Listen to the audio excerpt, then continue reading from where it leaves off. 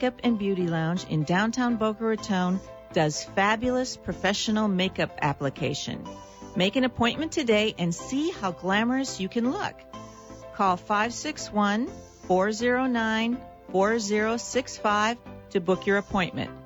Ivy Lee's Luxe Makeup and Beauty Lounge is located at 233 South Federal Highway on the first floor of the Boca Grand Building in Boca Raton.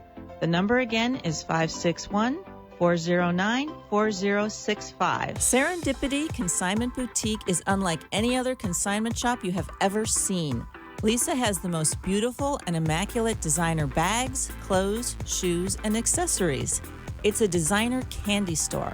So go check out Serendipity Consignment Boutique, Glades Plaza, 2200 Glades Road, Boca Raton, or visit their website at consignmentboca.com. The opinions expressed on the following sponsored program are strictly those of the host, guests, and callers, and not necessarily those of this station, its staff, management, or sponsors. It's the Becky and Boca Show, coming to you live every Thursday night at 6 p.m. from glamorous downtown Boca Raton. I'll show you how to live life in style in one of the country's most elegant cities, nestled right along the beautiful Atlantic beaches between Palm Beach and Miami. So sit back, relax, and let me show you how to indulge yourself Boca style. Hello, welcome to the Becky and Boca Show. I'm very excited tonight because I have two guests, but my first guest, everybody's going to know who she is. It's Eve Plum from Brady Bunch fame. And here she is. I'm so excited to interview her. And then the next half hour, I have Dr. Art Handel, plastic surgeon, coming up. He's going to talk to us about doing fat grafting instead of facial fillers. So that'll be fun, too. So let's get started with Eve. I'm so thrilled to meet you. Thank you. Because when I was a kid, we had 4 kids in our family. We would all sit in front of the TV on, what night was the show on? I think it was on Friday night. Friday night. Okay, we would line up on that couch once a week and watch you. Mm-hmm. And how many years was it on the first time? It was only broadcast first run 5 years, but it's really never been off the air. I know. My kids watch it. I have a 21-year-old and a 25-year-old, and they watched it growing up too. And that's why you are iconic, because I can say your name. And everybody knows who you are. Everybody, all ages. Nice. So I'm just thrilled to have you here. Thank you. I never would have thought in Chicago, sitting in front of that TV, I would eventually be interviewing you. See? So I'm very happy about that. And you are in South Florida because you are now producing some very nice artwork. Oh, thank you. Yes. And you have a gallery opening Saturday night at the Bellata Gallery, which is in Fort Lauderdale. And you can go down there, everybody, and meet Eve and see her work and purchase her work. And I will be there, and I'm really looking forward to seeing her collection. So let's talk. We'll talk a little bit about your artwork first, and then I want to go back and talk about your acting career, because everybody has been sending me questions all week because they're thrilled to hear about that. Sure. So how did you get into doing painting?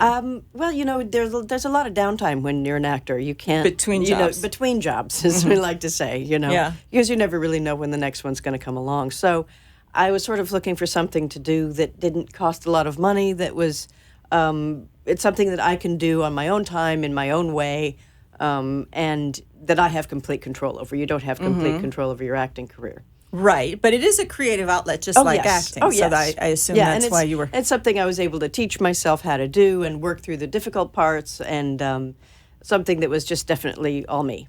So you're self-taught, and so how did you start? What was your first painting, or how did you even? I've been painting and drawing since I was a kid, and then I would start copying other paintings, and then I looked at books and I asked other artists. Usually, artists are very forthcoming with their techniques and tips, because I might tell you how to do something, and then once you do it, it comes out completely different. It's not as if we're going to really be able to copy each other.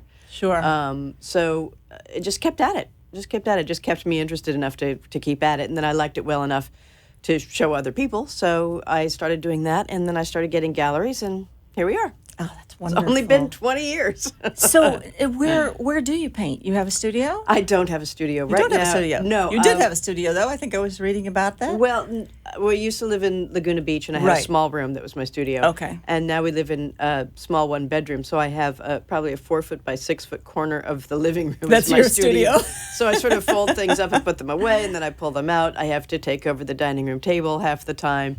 My husband keeps his computer on my dining room table. It drives me crazy, but yeah. So it's the same thing. That's definitely shared space. Where sometimes it's art, sometimes it's taxes, sometimes we actually eat at the dining room table. Right. Okay. So you do all your painting in there. Yeah. And how long does it take you to complete a work? Is it something that you will work on for months, or do you sit down and do it all at once? It depends on the style and the size. Because I have several different styles. This is a still life. Can we hold that up? Yeah, that's it. Still I can life. hold it. I love this one. Here, if you give it to me, I can hold it right over here, and it'll. There you go. All right. Yeah. Not so that's all a in the still camera, life. but That's a still life. okay. Tilt it forward a little bit, maybe. Tilt top down, top down. Not left, right. There you go. That's better. Okay, yeah. So See, she's been on TV a long time, not there me. you go. So okay, you can put it down. You're gonna have to.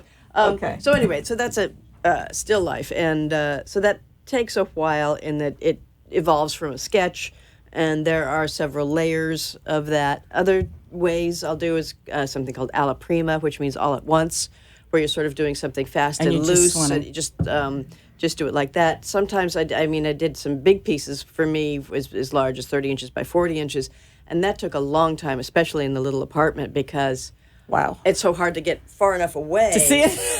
to see what I'm doing that I'd have to take them downstairs and take them outside to look at them to really get an wow. idea of whether I was making the shadows and highlights right. Sure. Yeah. And is it all the same medium that you use? It's all oil on canvas. Okay. Yeah. I have mainly stayed with that. It's very versatile. It's very, has a lot of range in it.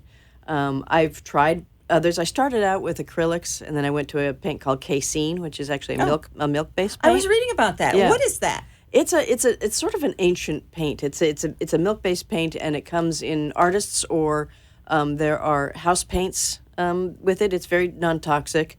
It's also, you can re-wet it and move it around, sort of like a gouache. So you can change it even after it's dry? After it's dry, yeah, you re-wet it, and then that changes the color. So that'll really teach you about color, because if you've got a pale red and you wet it, then it's very vivid red, and then so you're trying to figure out, okay, what is this going to look like when it's dry? So Right. making the shape. It's a challenge to work with.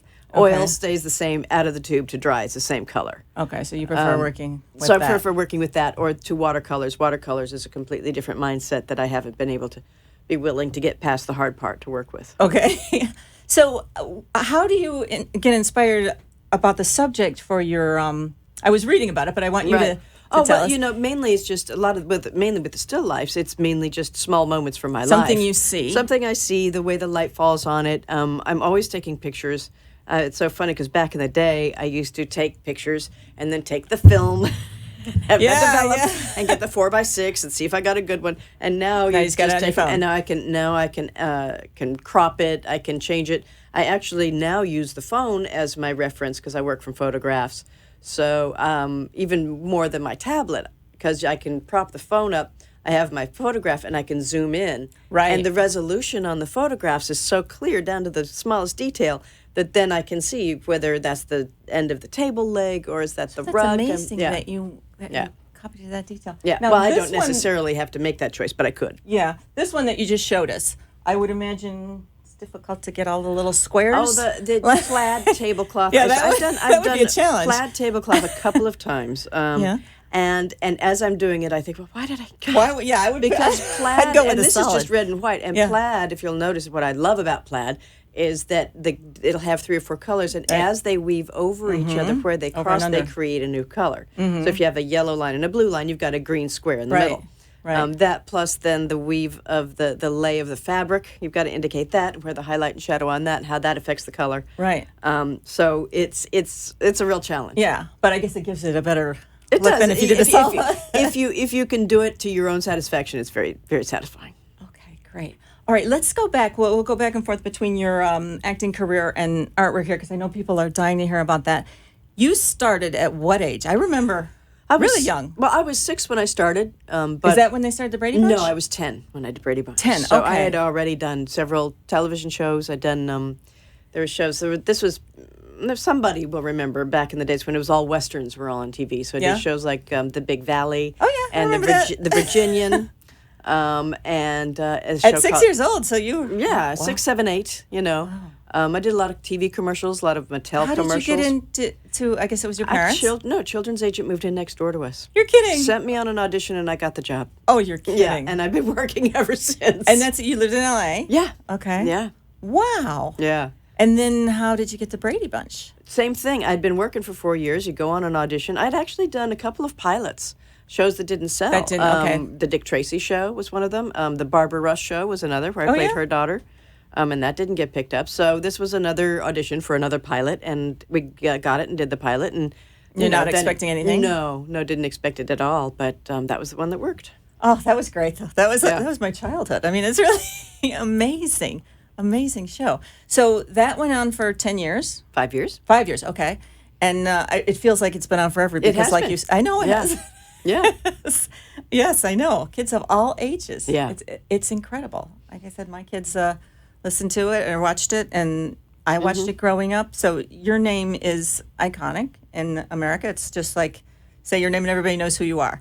So that's fantastic. That must have really helped you in your career after that. It does and it doesn't. You know, people think they know you. They think they know, who you are, what you look like. So because you played that role. Because you played that role, and and that's who you are. So who knows? But no, I've been fortunate enough to work a lot since then. I did TV movies and other series and plays. I was reading it and lots. And movies and things. So, as long as you can get in on an audition, you've got a better chance of getting a job. So right. So I just auditioned for everything. Yeah. Oh, that's fantastic. So what did you do right after the Brady Bunch? It was a TV movie called Dawn Portrait of a Teenage Runaway. Oh. About a girl who runs away from home and ends up being a prostitute on the streets of Hollywood. Oh, wow. Yeah. So how old were you when you played that role? I was 17 until 3 days into filming, and then I turned 18 on the set. And then the whole rules change, because until you're 18, you have to have your guardian on the set. You have to have 3 hours a day of schooling, school's in session,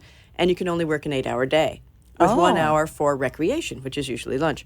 So all those rules were followed up until the day, and then the 18. next day, they were like, okay, you're here at 6 and you leave at 6, if that's the way the day works. Gosh. Oh. It was great. It was great that I was an adult. Wow. That's amazing. So, okay, and you've been in a lot of movies, TV stuff. TV stuff, TV movies. I was in a movie called Blue Ruin that went to Sundance, which was great. I was just in 3 or 4 episodes of a show that's on Hulu called The Path. Yeah, I was talking to your husband about that. I'm going to look that up. And what is that about? It's about you have to say it's about a cult, but they say it's a movement. It's not a cult; it's a movement. So it's a really sort of in-depth look at this fictional movement of people. And I was it was just finished its 2nd season. And so that's the season I was in, the 2nd season. And then I was also on an episode of Blue Bloods that ran a couple of weeks ago. Oh, I saw that too online. That's great. Wow. Yeah. So you're still in acting. Yeah, that's all I really know how to do. That's painting. No, you paint very well. You paint very well. Will there come a time when you prefer to just do the painting, or are you going to do both? No, I think there's plenty of time for both. Yes. Yeah.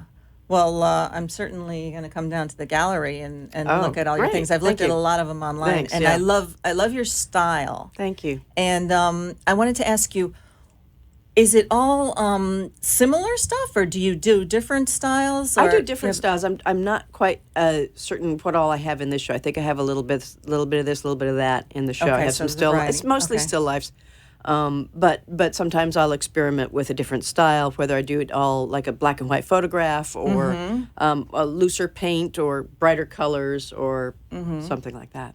And I know we don't want to talk price, but this is actually affordable in the world of art. Affordable is what's affordable for you. Right. But I sort of paint to something that I would afford size and price in my home. And so it's not in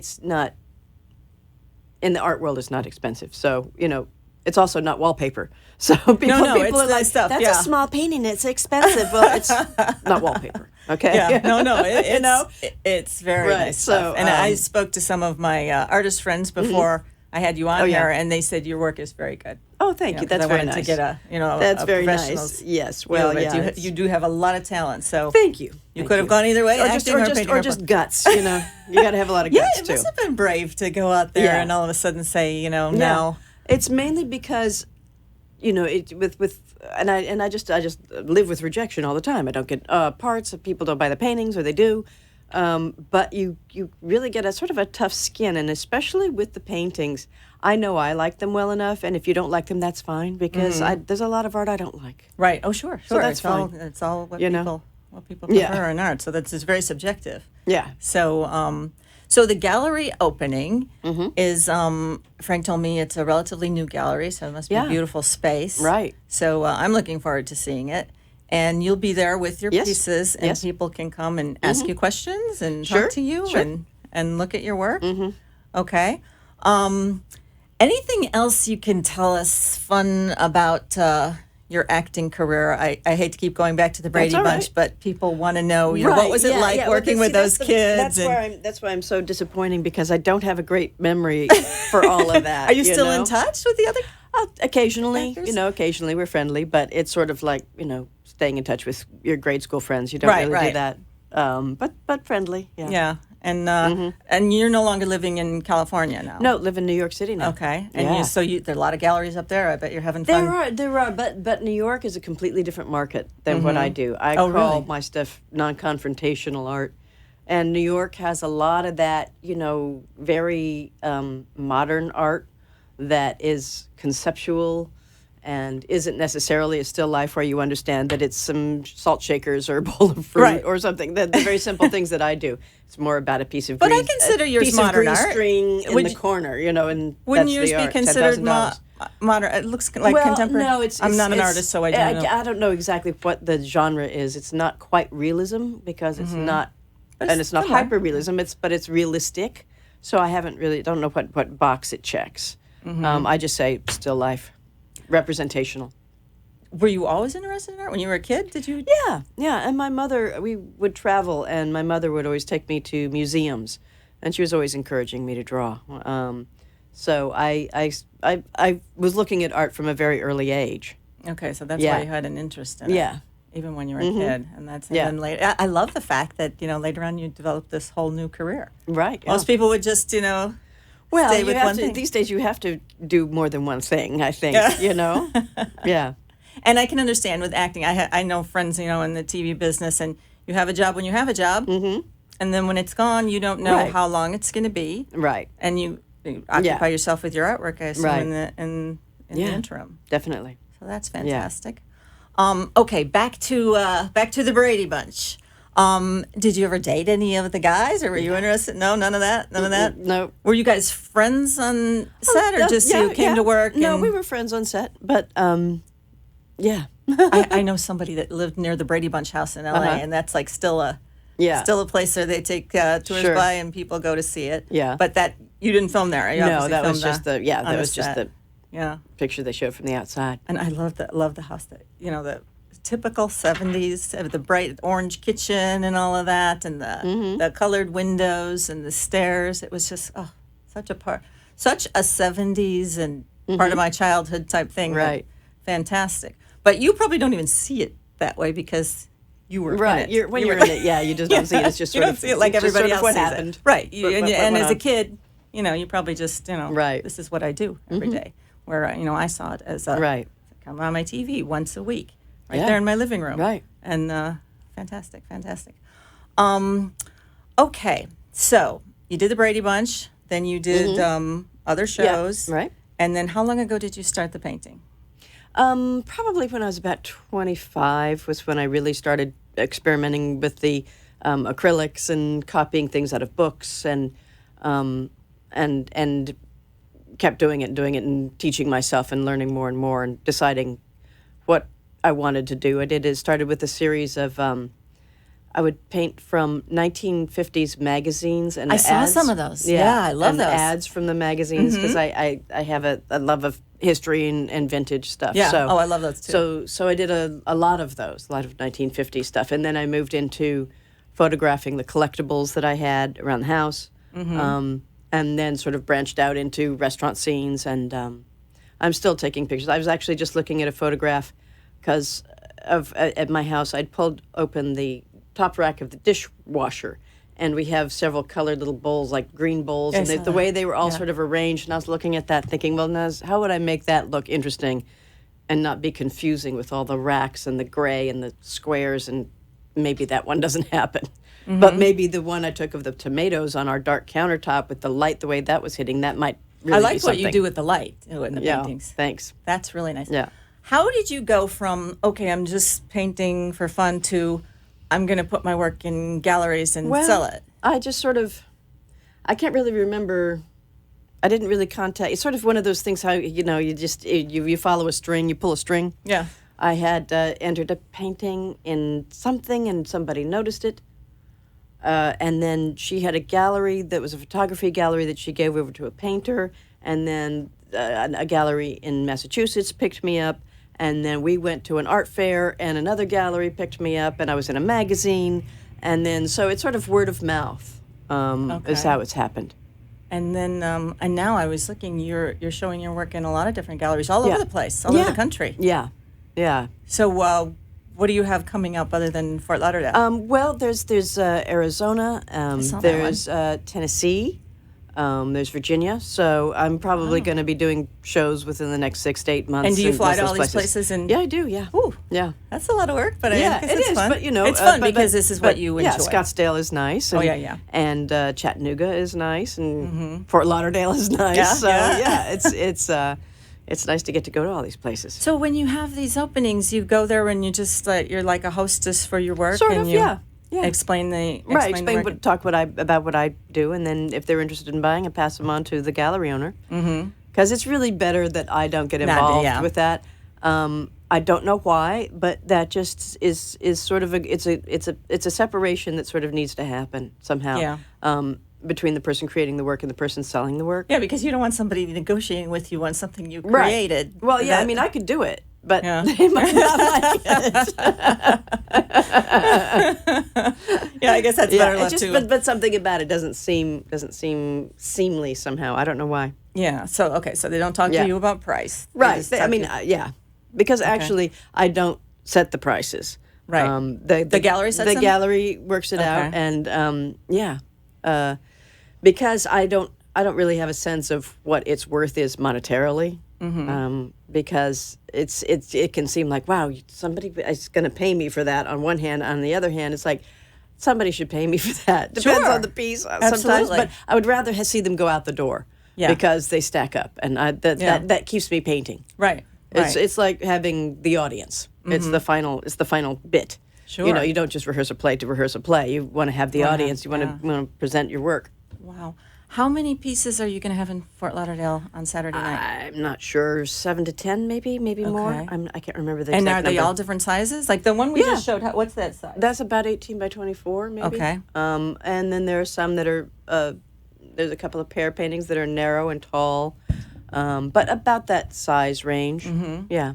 Only 7 and 10. Oh, people, you got to get down there. I think, yeah. I mean, I could be completely wrong, and I'll go outside and people will be like, you oughta. I'll put it on my Facebook page if it's different. Right.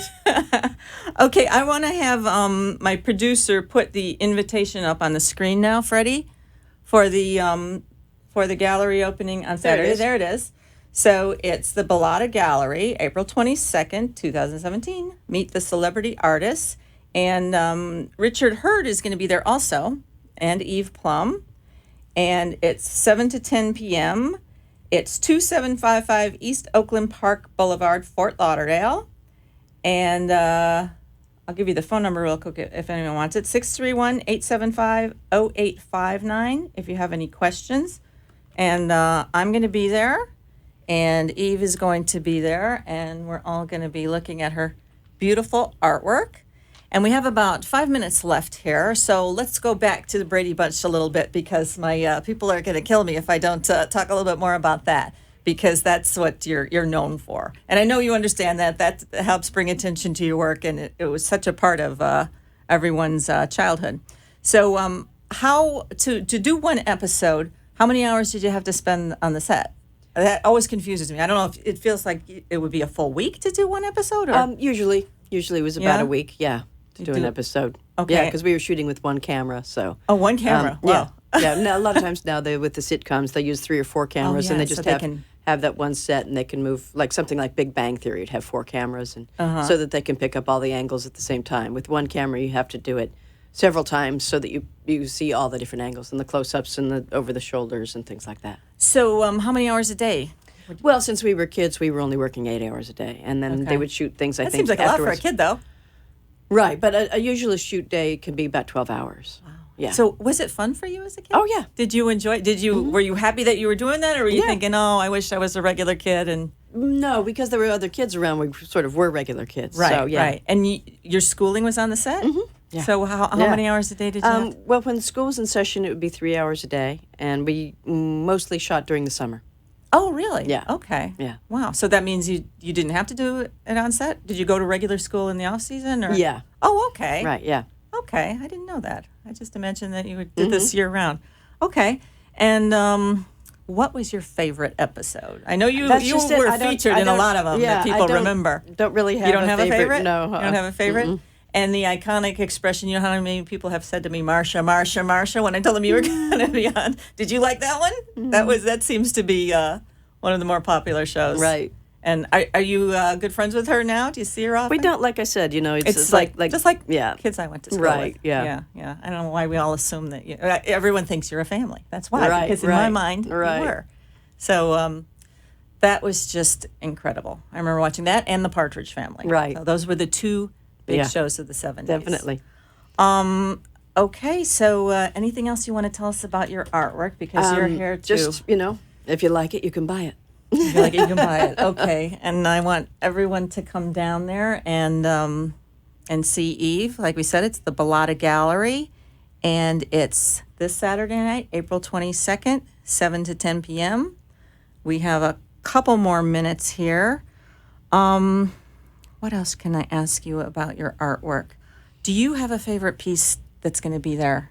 Again, I don't play favorites. People ask me, what's your favorite color? What's your favorite thing?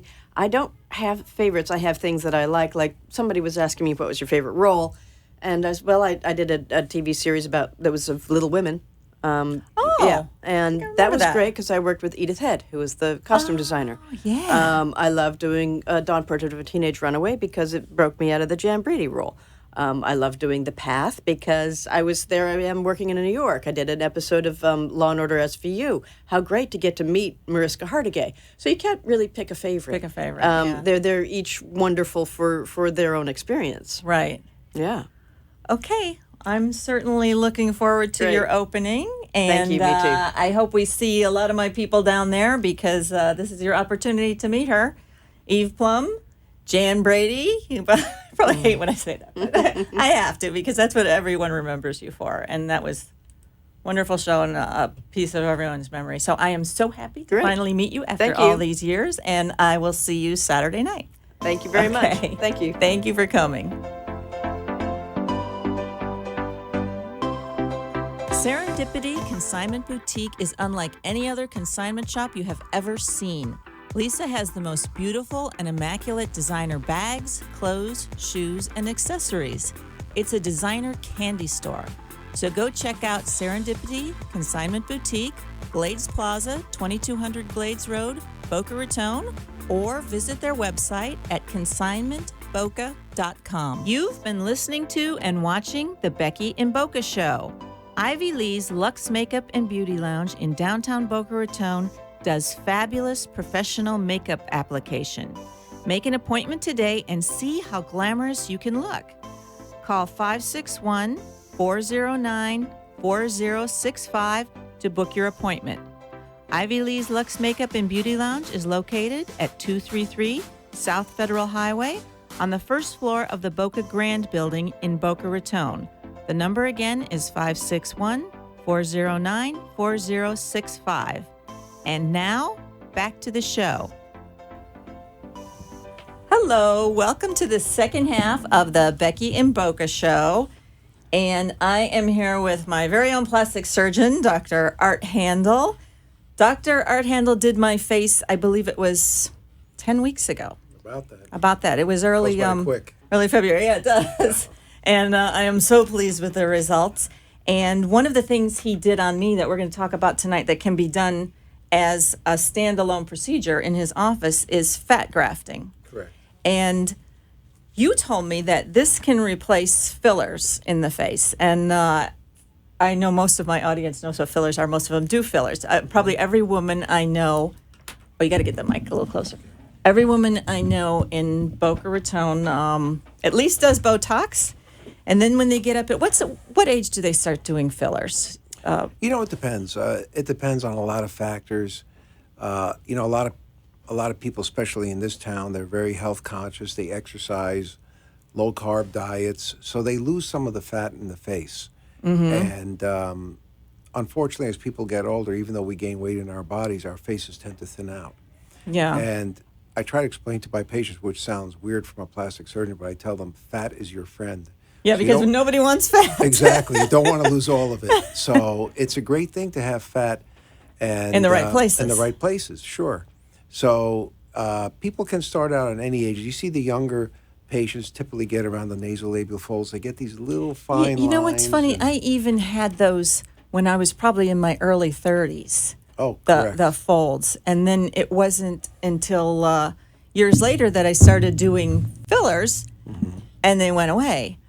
Well, the nasolabial fold, I try to explain to my patients that it's a normal landmark of your face. Yeah, but actually, we don't like it. It looks a little strange not to have a nasolabial. It depends on your bone structure, your cheekbones. If you have high cheekbones, you tend to have more of a nasolabial fold. But when it starts to accentuate, that's when you don't like it. And then some people get these little fine lines, so you can soften them. And then what are the lines that come from the corners of the lips down? Those, they call them the marionette lines. Those are even worse. Right, they're worse. And that's treated by fillers too, right? It could be treated by fillers, yes, correct. And that has to do with, when you use fillers, you're really masking the problem. The reason why you get those marionette lines and nasolabial folds is because the muscles on the face start to slide downwards. Mm-hmm. And you also start to lose some of the fat in your face, especially in the chin area. So what's happening is you're giving the illusion of removing these lines by filling up on front of it.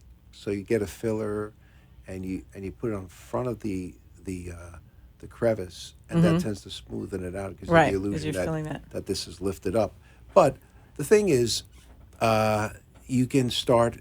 Fillers are great for people who are just starting out, and they, people ask you, patients ask you, how long does it last? It depends on the person, and depends on what part of the face you're putting it in.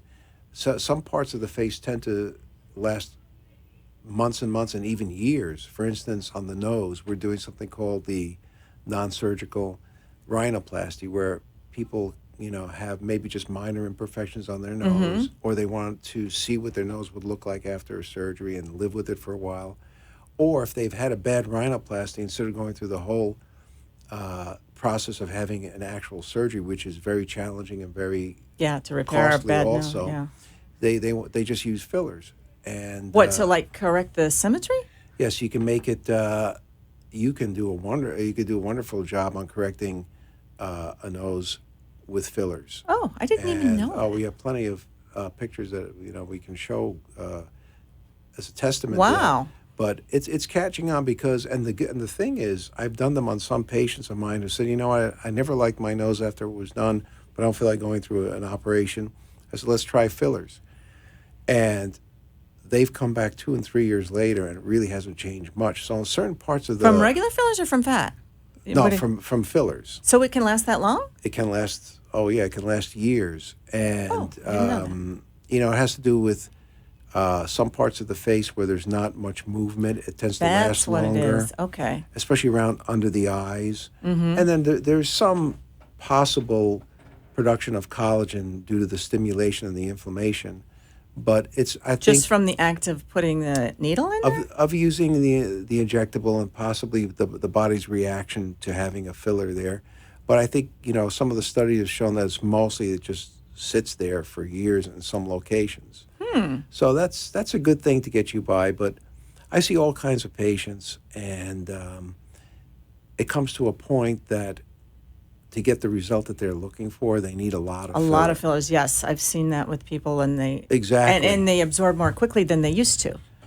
Well, Used to be that, or maybe they're just not doing the job. I think what because it's- happens is part of it is the absorption, and part of it is the fact that the aging process is continuing, and what they're actually seeing is an advancement of their aging process, and the tissue sagging. So it comes to a point where pouring more and more filler into that hole. you need, and I just don't have the conscience to tell them you need 4 to 6 syringes. My theory is, if you need more than 3 or 4 syringes, you probably need some kind of a surgical procedure or fat. Or the fat grafting. Well, what I find intriguing Mm-hmm. is that you told me that you can do fat grafting without doing a surgical. They don't have to come in for surgery, right? You Well, we just do it in the operating room because it's Okay. a sterile procedure. And, generally what we do for that, if somebody first of all, what I tell my patients is that, you have options. You have fillers, you have Sculptra, which is another injectable that you can use, which can get some great results on a multitude of things. For instance, Sculptra, it's good for a patient who's very thin and doesn't have any fat. Some people don't have any body fat or not a significant amount no of place body to take fat. it from. So even if you could scrounge up a little bit of fat from somewhere, you might leave a little wrinkling where you took the fat. Where you So took it's it out. not worth doing it. Right. So it's not really a filler, it's a biostimulator. So you inject it all over the face. This is the with Sculptra. Sculptra. Okay. With the exception of the eyelids. And what happens is you see a nice effect immediately, but that's just from the swelling. And then over a couple of days, it's gone, and it looks like nothing happened. This was with Sculptra. Sculptra. And then a few weeks later, like 3 to 5 weeks, the company keeps on changing their parameters. First they said it was 5 weeks. Now they could say you could do your second set of injections at 3 weeks. But what we've done, we've let them wait 5 weeks. We see if there's any change. But most of the time they need a second shot. Yeah. Second treatment at 5 weeks. So between week 5 and week 10, you see some tremendous results on some patients. And it can last up to 2 years. So Oh, wow. what we tell them is, you know what, once we get you to the point that you like, rather than letting it go back to zero again, you do a booster shot, let's say within a year and a half. But, my patients can always come back and follow up with me at any time. And then the other thing is fat. So I tell my patients that you have to remember, once 5 syringes of filler You told me this. I couldn't believe it. is only 1 teaspoon. So it's And really it's not a lot. expensive. And it's very expensive, and it's not permanent. So if you're a good candidate for fat grafting, what we do is we take you back to the operating room, and under local anesthesia, we give you a little oral sedation, and we select the area where you will use as a donor site, and wherever you have extra fat, preferably it's I had it in my belly, so that worked out. a little bit, not much, but you're in great shape. But you take a little bit of fat from certain areas. The upper inner thighs is great for fat. If the skin is okay, you want to make sure you don't do anything to that skin to make it more lax. So what we do is we harvest the fat, and then we process it in a special way to remove the oil, etc. And then we transfer it to these syringes, and with little blunt cannulas, through only a couple of little needle sticks by the nasolabial folds and the Blunt chin. cannula, is it painful? No, because we anesthetize Oh, the okay. face. We give you a Okay. little local anesthesia, and it basically doesn't hurt more than a filler. Right. So the fillers, the same thing. So we make it very comfortable, and with fat, typically we can put anywhere from 20 to 80 cc's of fat in the face because we're building up the whole face. We could start You with told the me brow. about, yeah. We could do a mini brow lift by putting fat underneath the So brow this to is all lift it up. injecting it. It's all injecting it. Okay. And then it has to be injected in a certain way so the blood supply connects with the fat grafts. And then we can do the temporal hollows here. We can even actually put fat in the nose. Quite often when I'm doing a facelift, I'll put a little bit of fat in I the think nose. you did a little bit on my I did. nose. Yeah, because I had a did, little just bit of a a little divot bit- in there. A little bit of bump Yeah. just to make it a little bit more subtle and a little Uh-huh. bit smoother. Mm-hmm. And it takes. And And So it's- but it takes you. I know some of it might. Resorb. Yeah. What's the percentage? It varies from person to person. So there are various techniques in fat grafting, and generally we're taught to overcorrect it.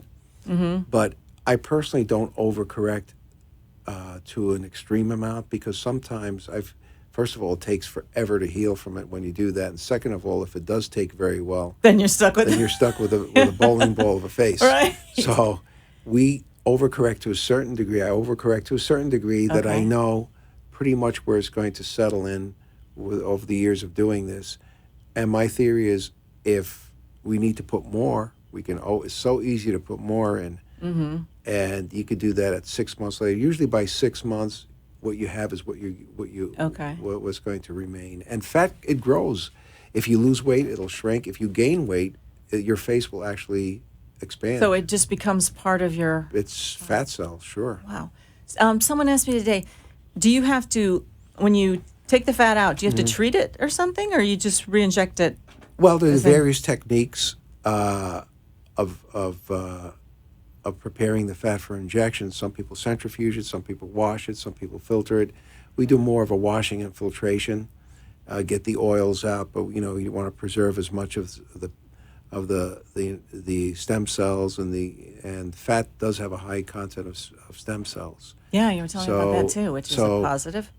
Oh, it's great. I mean, and one of the things, I've been doing fat and grafting on my facelifts for probably 20 years now, and recently at a lot of the plastic surgery meetings, since it's catching on finally, they've noticed that some patients that without even laser treatment to the skin, just from fat grafting in addition to their faces, the skin noticeably improved. It improves the skin So, quality yeah, too, the and that skin doesn't quality happen doesn't- with a filler, right? There's No, the skin, Okay. no, it would not. The fat is and the great thing about it, the chance of having an issue with an infection or complications such as an allergic reaction or swelling, it's minimal with fat. because it's your own. It's coming out of impossible. It's your own coming out tissue, of your body. right? Well, this is very exciting. Can any age people use their own fat, or are you just saying when you get to a point where the fillers aren't working?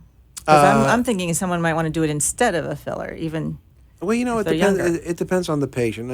If somebody just needs a couple syringes of filler, it's just easier to do the filler. But if somebody needs more than a few syringes, then I'll tell them, you might as well use fat. But you have some patients that they don't care; they just want to get it done immediately. Yeah. But I think the fat is still the best thing, if you're a good candidate for it, and it can give you. I mean, we've had some patients that you think might need a facelift, and just by You restoring showed me some of the those volume, pictures. They Yeah, were amazing. just by restoring the volume. Yeah. I always tell my patients, kind of like a breast. If you have a breast that's a little So this is sagging, close enough. a breast that's a little sagging, a little ptosis, you'll pick it up with a breast implant because you're replacing the volume. But if you have a breast that's sagging extremely, then you need an implant plus a lift. So the face is Okay. almost the same thing. Sometimes you could just lift it up with a little volume, and sometimes you need the volume and surgical tightening. So the thing is, we're doing this other procedure called a laser volume lift. So, What is that? well, what happens is some patients, their skin really isn't that lax, and their muscles are still in pretty good shape, but their skin is of poor quality and wrinkling, and it's a little loose. And by adding the fat and lasering the skin at the same time, the skin will actually tighten with the laser. But it's not for everybody, but it will Wow. actually tighten with the laser, and you're getting rid of wrinkles and pigmentation issues. And we do everything from the brow to the neck, so everything just shrinks. Okay, so you're putting fat in, total. and then you're also Lasering the skin. and tightening the skin. Correct. Wow. If anyone has ever seen them do shrink wrap with the blow dryer, Yeah, where it's it's kind of like that. Yeah. You'll actually see the skin shrinking as you're lasering it. As you're lasering it, it's Oh, very wow. dramatic around the eyes where the skin is very thin. You could really see it there immediately. Oh, wow. But on even on the cheeks and the neck, you actually see it shrinking, and it's a process that takes up to a year. The skin is remodeling. The collagen fibers are remodeling up to 1 year. The thermal injury of the laser actually does rejuvenate skin. Wow. So when you combine that with surgery, fat and laser, I mean, you're giving it the full treatment for rejuvenation. Whole new face. You showed me some pictures where you built up people's chin line, jawline, and chin, Right. and I was just amazed with filler. I mean, Correct. with fat, With fat grafting. Correct. And I couldn't believe that. I mean, it looks. Well, if you The look, befores and afters were incredible. if you look really close at patients who come in for chin implants, and most patients that come in for rhinoplasties, we do a lot of rhinoplasties. Most of them who come in, 70% of them have a weak chin. So traditionally you would offer them a chin implant, but a lot of people are afraid about putting an implant, especially a younger person. And if you look really closely at somebody's face, you don't notice it when you casually look at somebody, but if you analyze their face and you focus, you'll see that the jawline is different on both sides. And if you put a chin implant, just a small one in the middle, especially when you smile, it'll become like a point, and then you'll accentuate the asymmetries on both sides. That's when you use an anatomical chin implant, one that wraps around the side. But even with that, it's very difficult to get a nice, smooth, symmetrical appearance. And that's what's great about fat grafting. You could correct asymmetries on faces by using fat grafts. And I have found that in the chin, that's one of the best places. It takes so well. There's a muscle inside the chin there, and it's a very tight blood supply. It is very profound in that area. And when you put fat grafting in the chin area, it really builds it up. And most people come in for facelifts, especially men as well as women, but mostly women, they tend to get weak in this area as they grow older, the chin area. And if you look at photographs of a patient when they're older and younger, the chin is a very important landmark. And by filling this up, it's a sign of youthfulness, and it works really well in that area. So Yeah, I saw. I'm the very pictures. happy with So if someone with had the a results really of that. weak chin, they could just address it with fat grafting. Correct. Without surgery? Or is that? You can correct it with a fat grafting. The only issue with that is it's no guarantee. So, I always take into consideration that patients coming in for surgery, they want a guaranteed result. They don't want to keep coming back. You don't come out and nothing happened. So if it's a young person and they have a profound problem with their chin, where it's a very receded chin, then I'll say you need a chin implant. That would be a better solution. But for someone who has a slightly weak chin, or they're getting a facelift and everything is And they just want that volume back that they had want when that they were volume young. back. I love fat grafting for that, and I don't even. I pretty much don't even offer chin implants for that type of a patient. But the ones who are younger and they're very thin and they have a receded chin, then an implant's probably better for them.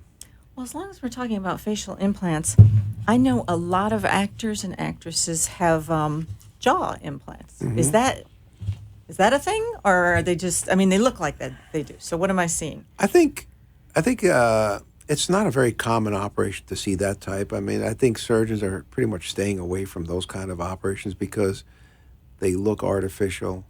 They have potentials for many complications, especially with the facial nerves. Oh wow. Okay. And there's a lot of nice work being done with fillers and fat grafting. But, chin implants are probably the most common things that you see. There's probably a lot of people that have them that I don't even realize that it's. What I'm looking at. If it's done properly, it's a great operation. And it's a permanent. It's thing? permanent. Okay. It's permanent. Yeah, most of the times it's permanent unless there's an issue with it, like movement or anything. But yeah, chin implant. But it's not a simple operation, especially the extended ones, because that's where the facial nerves. Yeah, I would imagine.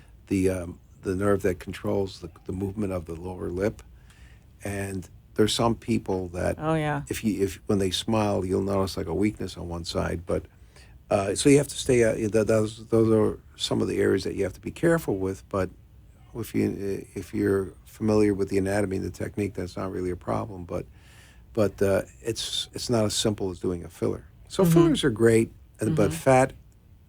Like I said, I always try to take into consideration the patient's finances. You don't want to keep on having them come back and spend. Yeah, because I would imagine if you're needing 4 or 5 vials of filler, that's a pretty hefty bill, and you have to come back every 6 months or? Well, it lasts longer than that. I mean, it depends on the patient, but they're great products, and there's something for everybody. So you just have to know when to use a certain technique or A certain technique. Okay. So, but there's a multitude of fillers out there, and they do wonderful jobs. I mean, it's great. I'm happy to use them. It's just that sometimes I think fat It's is, better. and we can use it on several on different parts of the body. What about the lips? I use fat on the lips all the time. Can someone come in just for that? Like fat grafting to the lips? Is that They something? can. They can. Okay. I don't usually do it just for the lips because the filler is easier to Yeah. do. But if they're concerned about multiple areas of the face, then Might we as well can do it. fat So you could grafting. address that. But we do it in the hands. Oh, you did my hands. We do it in the hands, Yeah. and it's It was great because I did have the hand veins removed, but I had tendons that you could see. The next What- thing- was it bones or was it tendons? What was it that were? Oh, there's the tendons. Yeah. The tendons and the veins, but the tendons, are Now very it's visible. nice. Yeah, and it still Yeah. looks great. And Yeah. the other thing I think we should actually do on you later is PRP.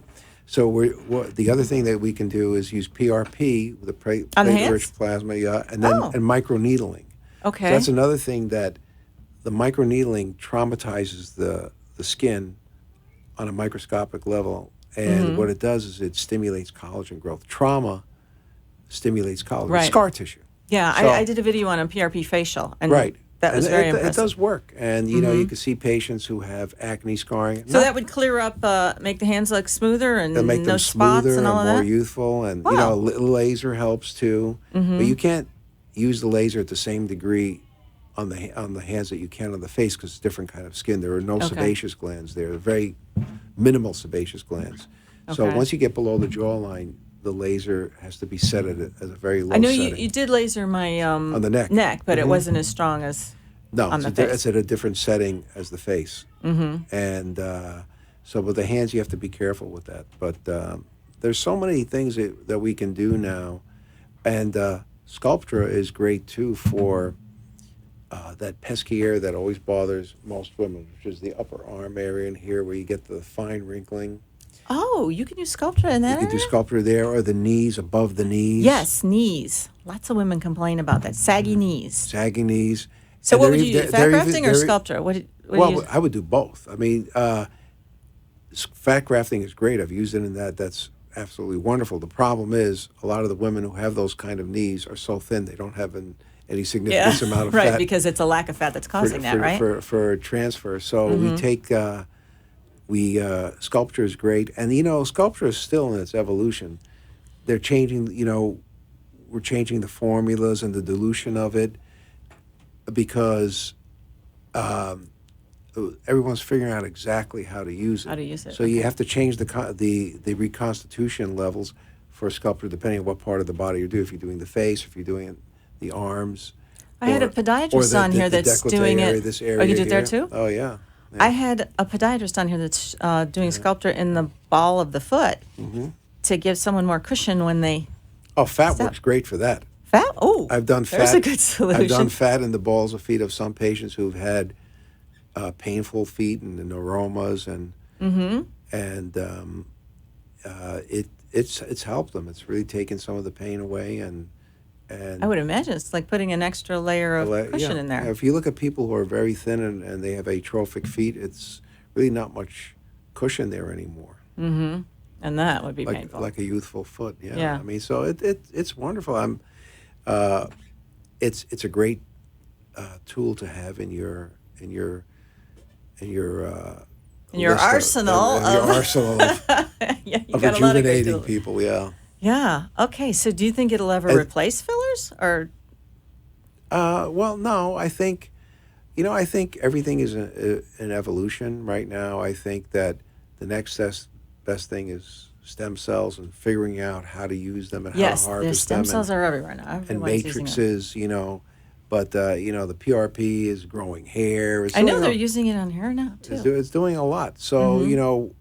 but I always try to separate the hype from the real thing. So if I do something, I want to deliver results. So we try Right. to see what's really going to work before we do something. And there's some surprising results on a lot of these adjuncts to aesthetic surgery. And but there's fillers are great, and they're always constantly coming out with new fillers. I know. Yeah. And the neurotoxins, but the two big ones are Botox and Dysport. Is there a difference? Like some people say they only want Botox, but I know there's Xeomin, Dysport. Well, I think that Botox cornered the market. And they coined the term for it. So Yeah, the funny thing is, like, sometimes I'll tell the Dysport rep that I've Botox somebody with Dysport. They don't like that, but No. but Is there a difference? there's a slight difference in the way it's formulated, but basically Botox and Dysport are two fine products. We use them both. I think the difference is that with the Botox, it may take a little bit longer to see the effects, whereas Dysport may be a little quicker. Oh, I did not know that. But the duration of them are almost the same, and we have patients who ask for both, or people just let me use whatever I want to use. Yeah, they don't. But they're both great products, and I think they're fantastic. Probably we've been using them for years and years and years, without any issues. I mean, so it's a pretty safe thing. The good thing about it's reversible. None of it's permanent. Yeah, and men and women are doing Oh yeah, Botox. men and women use it all the time. Sure. Yeah, and all ages too. I know women in their 20s that do Botox. Oh yeah. I mean, it's a good preventive thing. Okay. All right, we only have a couple of minutes here, so I have a couple more things to say. I'm doing an event, and you're going to be there. It's on the April 28th. It's at 111 East Palmetto Park Road. It's going to be a grand opening for the Serendipity East. And Dr. Handel will be there. If anyone wants to come and meet him and ask him any questions, consult about something, you can meet him. And I also want to welcome my new sponsor, which is Figurella. It's an Italian gym here in Boca Raton. It's only a couple blocks from the studio in East Boca. And I've tried it out this week, and it's pretty amazing. It's all Italian equipment, Italian women work in there. I find it fascinating. Today I had a massage in there that was like nothing I've ever done before. It was a lymphatic massage, and I had to put on this bodysuit, and then they use suction with a machine all over my body, and it's interesting stuff. So I'm excited to have them on board, and I'm going to have Chiara, the manager, on here next week to tell us about it. And I just want to say again, come on out to the gallery on Saturday night to meet Eve Plum, the Lotta Gallery in Fort Lauderdale, and come to the event on April 28th at 111 East Palmetto Park Road. That's a Becky and Boca event, and you can meet Dr. Handel. So next week, I not only have Chiara, but I also have a doctor that has a very interesting device that can put you into a euphoric state just by putting a little earbud into your ear. And that will be very interesting. That's Dr. Richard Cartledge, and I'm going to have him on with his device. So we'll see you next week. Thank you for tuning in. You have been watching and listening to The Becky and Boca Show. Tune in every Thursday night at 6 p.m. to discover all the ways to spoil yourself and have a good time in beautiful Boca Raton. See you next week. The opinions expressed on the preceding sponsored program were strictly those of its hosts, guests, and callers, and not necessarily those of this station, its staff, management, or sponsors.